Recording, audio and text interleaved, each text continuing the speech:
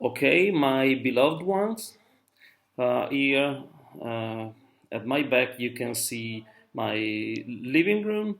If you listen in backgrounds, any sound is because, of course, here I am here with my family. Okay, today we don't have so many questions, so I hope it will be quick. I didn't organize into section this video. I'm just going to read your questions without saying who was the student who asked the question. If Nietzsche refuses religion and Christianity, why did he invent the Superman? Can we compare him with Jesus or God? We can't compare Superman with God because a Superman is one who lives in this limited world while God is outside. We can compare him with Jesus because with Jesus was in Nietzsche's opinion one of those men who had the ability to go beyond what they were supposed to be. If you can go beyond what you are supposed to be, you are a Superman. This is not about religion or Christianity. This is about and normal human life. Everybody can become a Superman. Second question. Given the presence of a Dionysian spirit and an Apollonian one, what is the role of tragedy? Is it a catharsis? It's not really a catharsis, but something similar. Tragedy is a way of purifying yourself to enable yourself to go beyond, to become a Superman. Third question. Why did Nietzsche, in order to stress the importance of creativity, invent the Übermensch rather than speaking of a normal man? Because a Superman, an Übermensch, is a normal one. As a human being, you have the possibility of become a Superman if you assume the challenge to go beyond yourself. What does it mean that every moment is like the whole in this eternal recurrence mindset? Because every single moment is the moment in which you are doing an action. That action is has a value which is eternal because you are going to repeat it. Nietzsche doesn't really believe in this repetition. He believes more in the fact that you have always to choose carefully your action, the action you are doing, because that action will affect the eternity. So, for example, if you have to choose something which is really important to you, this is the moment. This very moment is the only moment in which you can choose that. What is the difference between will to power and Schopenhauer's will to live? Even though they share something, that is a very big, very important difference. Because in Schopenhauer's opinion, every existing being is trying to prolong its life as long as possible. So the aim of an existing being, according to Schopenhauer, is just to live as long as it is possible, to exist, to continue existing. In Nietzsche's opinion, a human being, a living being, lives with this will to power. The will to power is the instinctual show that pushes you to do something great, to realize a mission, okay, to be big in the way, to be great in the way you can be. Can Nietzsche's theory be considered as a relativistic one? Yes, this is the most relativistic theory we have and inspired most of the social sciences we today practice, such as cultural anthropology, for example. He is even more relativistic than the sophists. He thinks that the only existing thing is interpretation.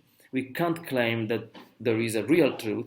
There's no truth, just interpretation. Your truth is your interpretation of life. Interpretation has two or three different meanings. Let's say that the first one is the way you see and you explain things, and the other one is the way you play your role on the stage.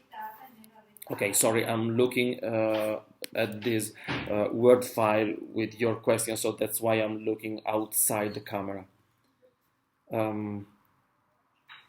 Does Nietzsche's ethic follow only the eternal recurrence of time as a principle, or are there other principles to be followed? The main one is not that one. The main one is that you are supposed to go beyond yourself, to go beyond the traditional expectations or your family's expectations. So to do something which is new. If you are able to do something which is new, you are an ethical man. If you are not able to do that, if you just respect traditions and rules, you are too human, or let's say subhuman. Does Nietzsche mean that every life has to be judged, including the sequence of events in the eternal recurrence perspective? Yes, if by that we mean that every single action has to be done in the perspective of doing something great, this is the ethical principle of Nietzsche. You can find everywhere an unconscious quotation from Nietzsche when you read, do as every day, every of your days were the last one. What does really mean Nietzsche with the concept of death of God?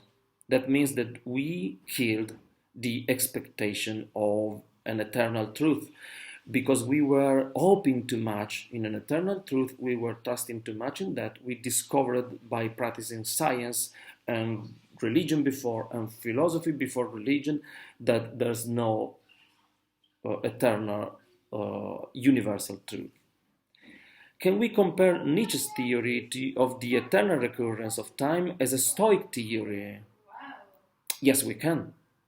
He explicitly quoted the Stoics by saying that when he discovered that the Stoics were claiming such a theory, he thought that that was a fantastic theory.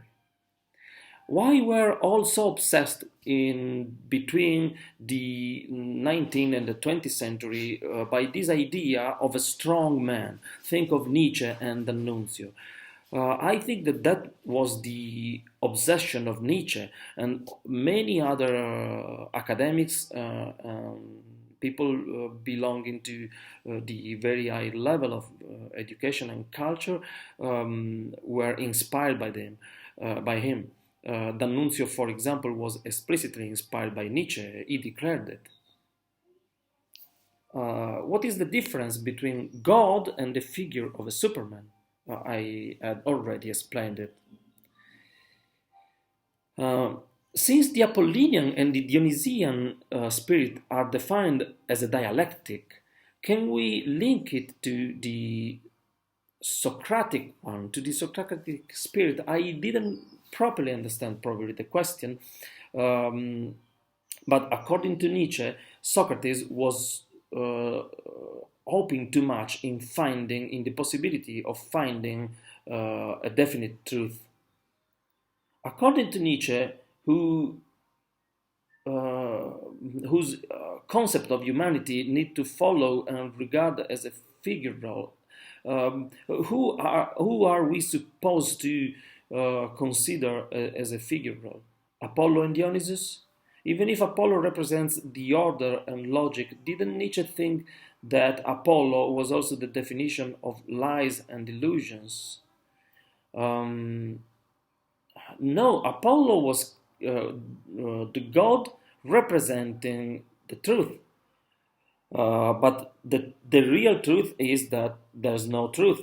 So, more than Dionysus, Apollo is a misleading god. If we erase the presence of Dionysus and we believe too much in Apollon. For example, Jesus is represented as Apollo, and many statues of Jesus were statues that were representing Apollo before him. Apollo is a fake god because it's a fake concept, because he highlights the idea of finding a definite truth. But the best is the balance between Dionysus and Apollon. Using at the same time, we can find the balance. Thank you very much. See you for the next video.